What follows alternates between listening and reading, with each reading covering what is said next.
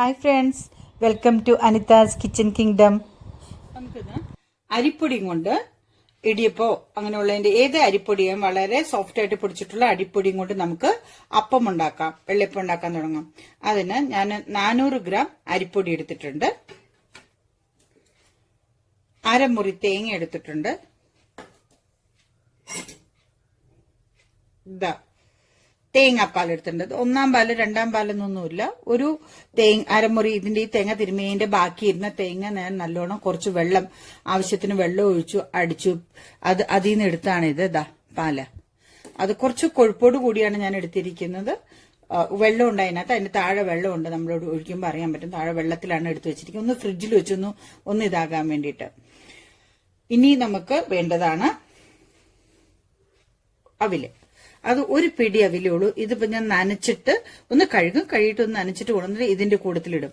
ഇത് എല്ലാം കൂടിയാണ് നമ്മൾ അരയ്ക്കുന്നത്. ഇനി ഇതിനകത്തേക്ക് നമുക്ക് ആവശ്യമുള്ളതാണ് പഞ്ചസാര. ഞാൻ ഇവിടെ ഇടുന്നത് ബ്രൗൺ ഷുഗറാണ് ഉപയോഗിക്കുന്നത്. ഇത് 3 ടീസ്പൂൺ ബ്രൗൺ ഷുഗർ ഉണ്ട്. പിന്നെ വേണ്ടത് ഡ്രൈ ഈസ്റ്റ്. കണ്ടോ, ഇത് ഞാൻ ചെറു ചൂടുവെള്ളത്തില് ഈ പഞ്ചസാരയും കൂടെ കൂട്ടി കലക്കി ഇതിനകത്തേക്ക് ഒഴിക്കും. എന്നിട്ട് എല്ലാം കൂടെ ഒന്നിച്ച് അരച്ചു വെക്കും. അങ്ങനെ ചെയ്യാണ്ട് ഓരോന്ന് അരയ്ക്കുന്നില്ല. ഇതിപ്പോ ഞാൻ ചെറു ചൂടുവെള്ളം ഒഴിച്ച് വെക്കും. ചെറു ചൂടുവെള്ളം ഒഴിച്ച് വെച്ചിട്ട് അത് പഞ്ചസാരയും കൂടെ കൂട്ടി ചേർത്ത് ഒന്ന് ഫെർമെന്റ് ചെയ്യാൻ വെക്കും. ഇത് ഇത്തിരി നേരം അരച്ച് ലാസ്റ്റ് അതും കൂടെ ചേർത്ത് അരച്ചിട്ടാണ് എടുക്കുന്നത്. പിന്നെ ടേസ്റ്റിന് ആവശ്യമുള്ള ഉപ്പിടാൻ പോകുന്നു. കണ്ടോ, ഉപ്പിട്ടു, 1 സ്പൂൺ ഉപ്പിട്ടു. ഇനി ഇത് ഇത്രയേ ഉള്ളൂ നമുക്ക് വേണ്ടുന്ന സാധനങ്ങൾ. ഇനി ഇതെല്ലാം ചേർത്തിട്ട് ഈ പാല്, തേങ്ങാപ്പാല്, പിന്നെ ഈ പറയുന്ന സാധനങ്ങളും കൂടെ കൂട്ടി ചേർത്തിട്ട് അവിലിപ്പം ഞാൻ നനച്ചിട്ടുണ്ട്, ഇതെല്ലാം കൂടെ ചേർത്തിട്ട് ഞാൻ മിക്സിയിൽ അരച്ച് വയ്ക്കും. നമുക്കിത് അരച്ചു വയ്ക്കാം. മാവിട്ടു. മാവിനകത്തേക്ക് ഞാൻ തേങ്ങാപ്പാൽ ഒഴിക്കുകയാണ്. തേങ്ങാപ്പാൽ ഒഴിച്ചു. അവില് കഴുകിക്കൊണ്ടുവന്നത്,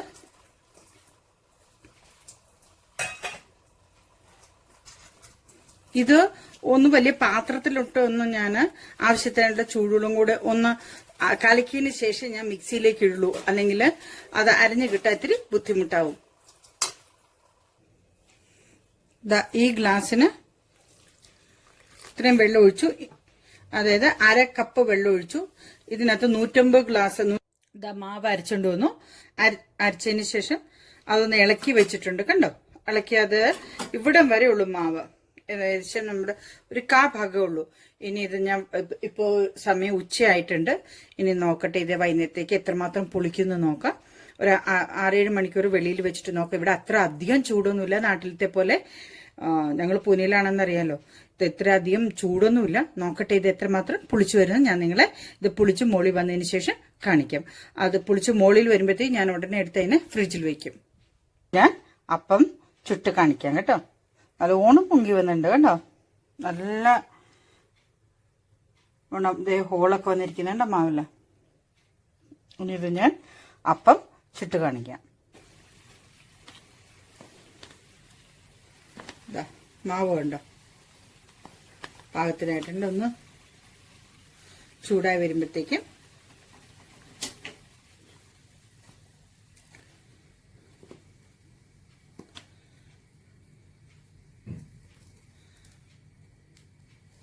ചൂടാവുന്നേ ഉള്ളൂ.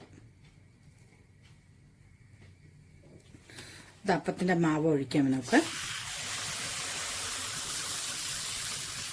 ഒരു തവി അപ്പത്തിന്റെ മാവ് ഒഴിച്ച് നമുക്കതിനെ ചുറ്റിക്കാം.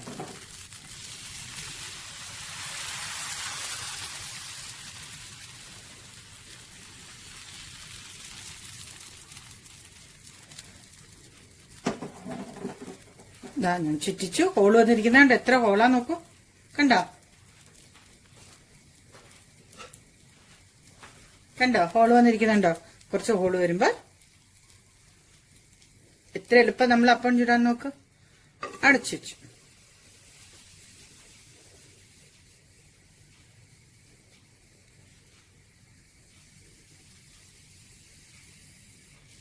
ഇതാ നമ്മുടെ അപ്പം കല്ലിന്ന് വിട്ടു വന്നിരിക്കുന്നുണ്ടോ? അപ്പച്ചട്ടിയിൽ നിന്ന് തന്നെ വിട്ടു വന്നിരിക്കുന്നു. നമുക്ക് ഇനി പതുക്കെ പതുക്കെ ഓരോ സൈഡ് പിടിച്ചിട്ട് നമുക്ക് ഇന്നെ വാങ്ങിയെടുക്കാം.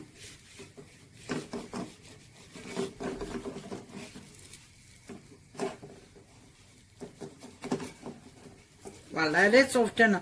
പൂ പോലെ എന്നൊക്കെ പറഞ്ഞു കേട്ടിട്ടുള്ളൂ. ഇതാ കണ്ടോ?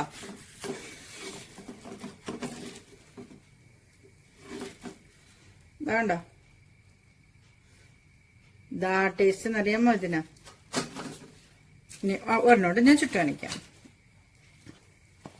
ഇത് നല്ല ചൂട് കടലയും കൂടെ കൂടി ഇപ്പൊ ഒരു പിടി പിടിക്കാൻ പോവാണ്.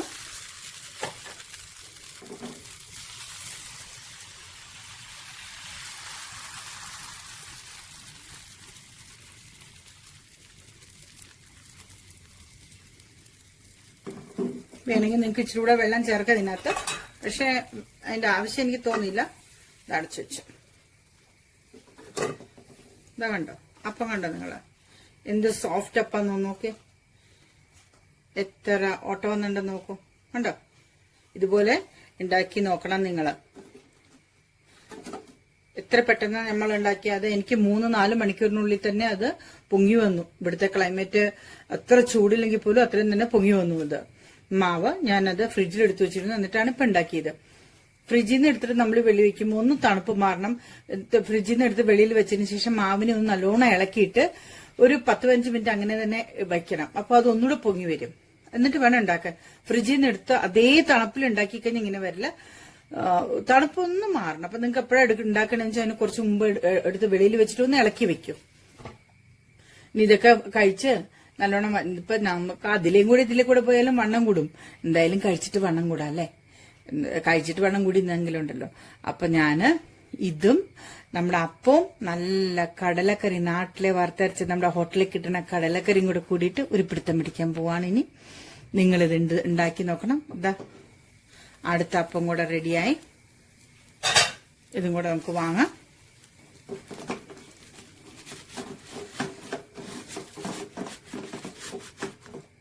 കണ്ടോ? ഇത് സോഫ്റ്റ് അപ്പ നോക്കൂ.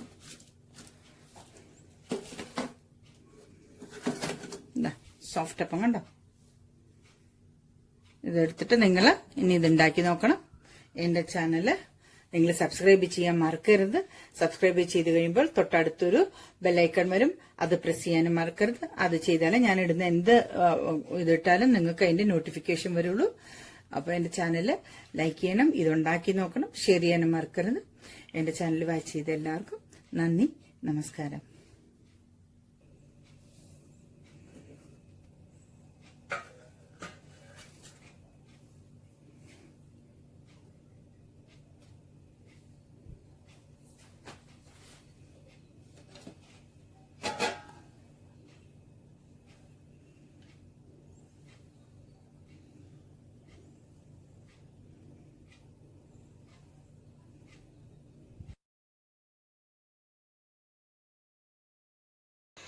ഇത് അപ്പവും ചിക്കൻ സ്റ്റൂവും കടുമാങ്ങ അച്ചാറാണ്. ഇതാണ് നല്ലൊരു കോമ്പിനേഷനാണ്. ഒന്ന് ട്രൈ ചെയ്ത് നോക്കൂ കേട്ടോ. പിന്നെ നിങ്ങൾ ഇങ്ങനത്തെ ഒരു കോമ്പിനേഷൻ ഇഷ്ടപ്പെടും. ട്രൈ ചെയ്യൂ.